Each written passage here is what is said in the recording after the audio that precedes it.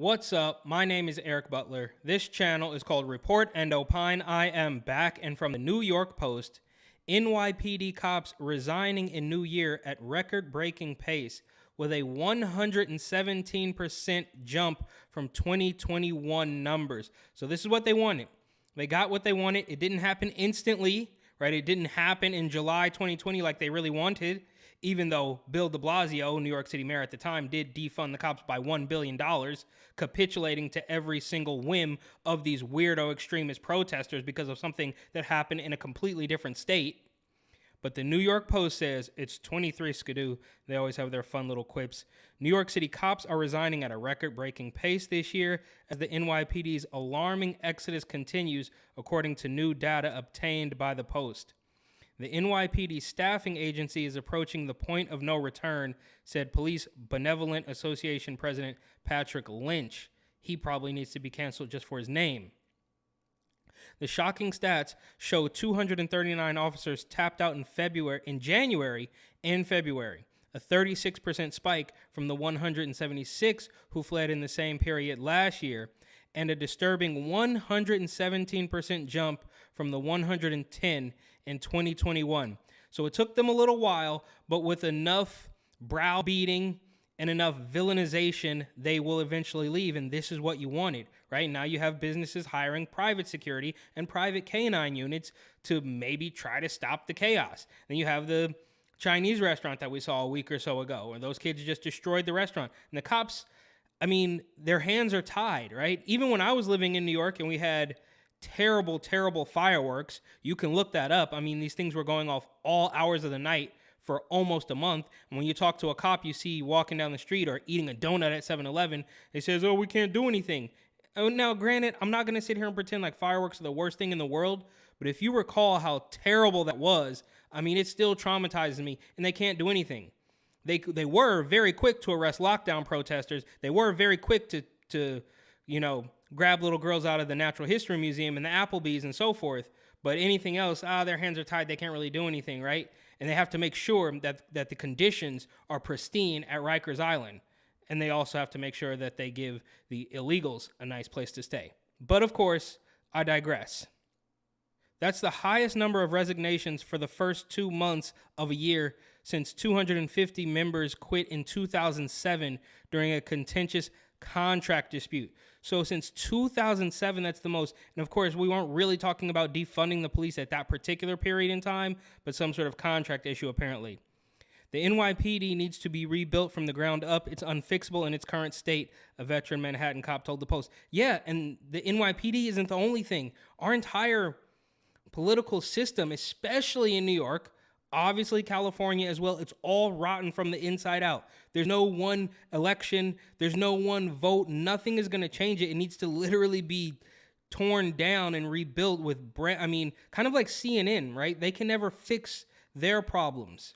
They cannot be trusted. These people cannot be trusted. It needs to start anew completely. And that's a very, very difficult undertaking. But this is the hole that they've dug themselves by capitulating to these extremists, because somebody, of course, is profiting from the demise of the country's largest city. It's not just politics and poor pay, the officer said. Precinct cops are being forced to work an inhumane amount of overtime, including on their days off, while being penalized for minor uniform and administrative infractions. And yeah, they're targeting for anything. They have a cop who has a Trump Punisher patch or something, and we're talking about a lady cop, I believe. That's a different story, but a Punisher patch with Donald Trump hair, and that's completely inappropriate, right? Because they want you to literally bend the knee, bow to the protesters. But if you show any common sense at all, because we know that making sense in the backwards, bizarro clown world is against the rules, right? Ask Don Lemon.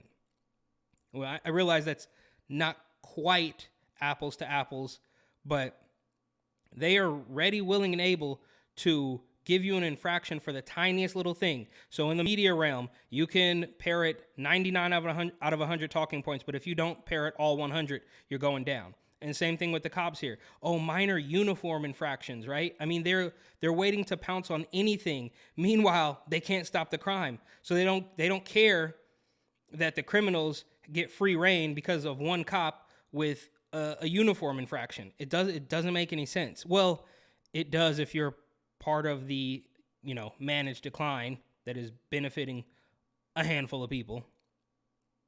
Meanwhile, precincts barely have enough personnel to meet the minimum required to safely answer 911 calls. Some officers are so disgusted that the carrot of an NYPD pension isn't even enough to keep them in. So they're not even sticking around for the pension at this point.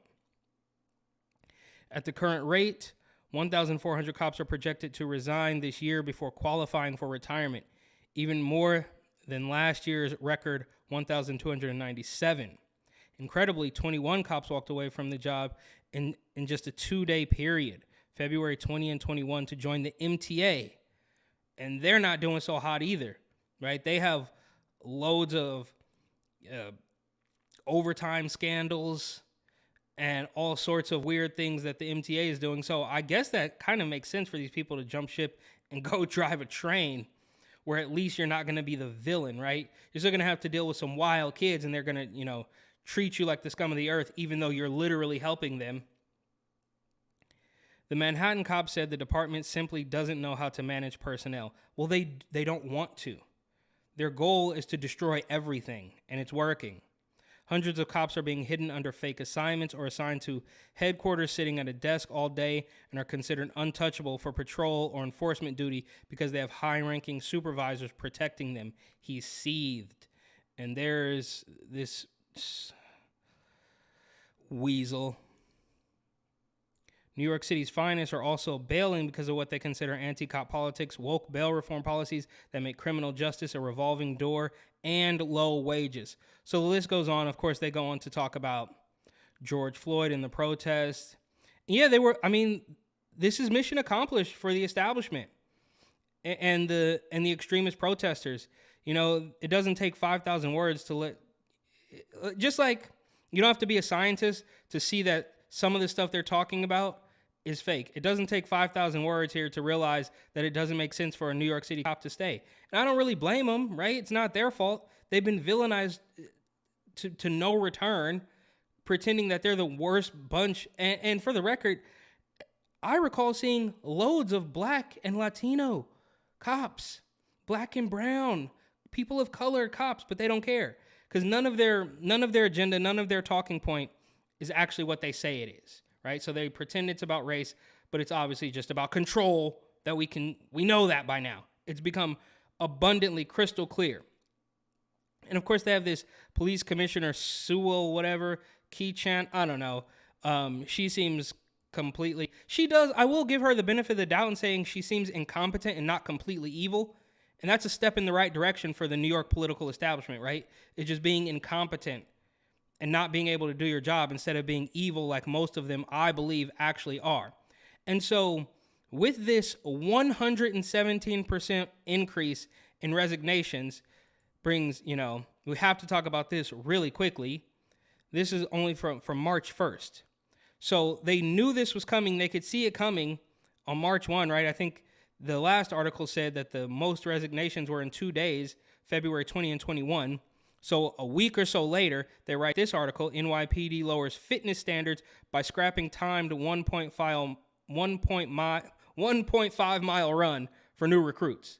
So, and this is the second time in, I believe, a year that they've lowered the standards to become an officer. So not only are people quitting because they've been villainized, but you are trying to recruit less than qualified candidates. So when those cops do bad, you can then again say that the cops are awful. The cops are, they're so bad, like get rid of them. So this is what they wanted, and they're getting what they want. Now, I don't know who wanted it. A handful of weirdos camping out in a park, shooting up, destroying the entire block. I don't think everybody wanted that. Maybe a couple gangsters so they can have their pick of the litter. But I don't think the regular residents of New York, Brooklyn, Flatbush, I don't think anybody really wanted this. And there's no way to fix it now, right? Because it's rotten from the inside out. Like I always say, you can't go Karen. There is nobody you can talk to who will fix the situation. The top of the ladder is in on it. The joke is always on you, right? Because they care what you think, they do not care what you do. So having no cops on the street doesn't matter as long as everybody capitulates and decides that they're going to give their money to Ukraine and a bunch of illegals staying at a Times Square hotel. So Thank you for watching. Please like, comment, share, and of course, subscribe.